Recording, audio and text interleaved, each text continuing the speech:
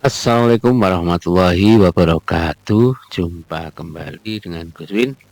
Kali ini Gus Win bukan menerangkan tentang siklus akuntansi perusahaan jasa, bukan. Tapi hanya ingin menyampaikan, mungkinkah kita membuat media presentasi namun hanya satu slide. Ternyata bisa. Ini sebagai contoh ya.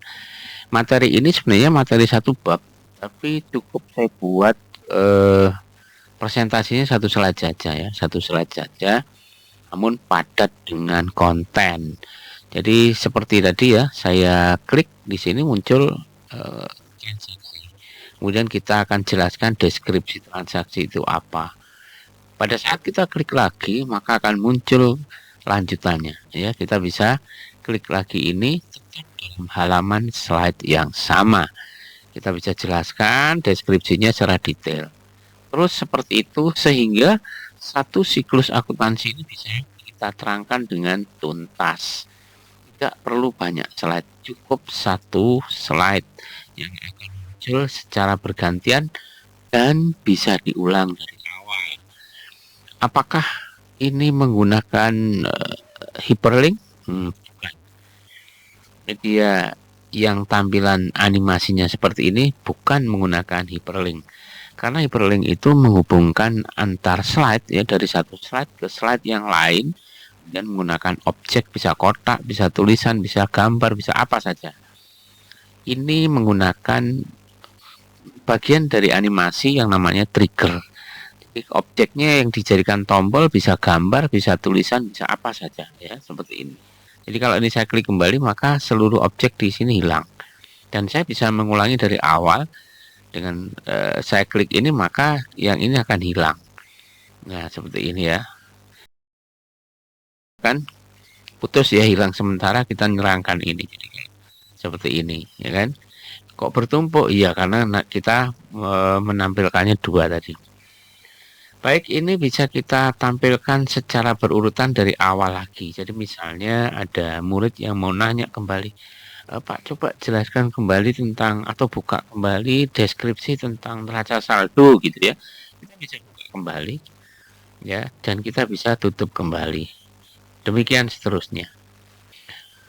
Gus Win pernah juga buat satu materi tentang akuntansi dalam satu slide yang cukup padat, misalnya ini. Jadi dalam satu slide ini saya bisa menerangkan banyak ragam informasi. Mulai dari soalnya atau contoh transaksinya dengan hanya mengklik animasi buku ini ya, animasi buku ini, maka muncullah di sini sejumlah contoh transaksi yang harus dibukukan ke dalam tabel ini. Dan buku itu bisa muncul atau sembunyi berdasarkan kemauan kita. Jadi kalau kita klik di sini bukunya muncul, kalau kita klik bukunya sembunyi. Kemudian pengerjaannya, kalau menurut aturan akuntansi ya memang harus urut, namanya kronologis ya. Namun dalam pembelajaran di kelas kita bisa saja nggak harus urut karena ini untuk melatih keterampilan. Jadi misalnya setelah membaca transaksi yang ada di sini, kemudian kita tunjuk salah satu orang untuk memilih menjawab, bisa saja kita langsung ambil, misalnya murid ngambil tanggal 17 seperti ini.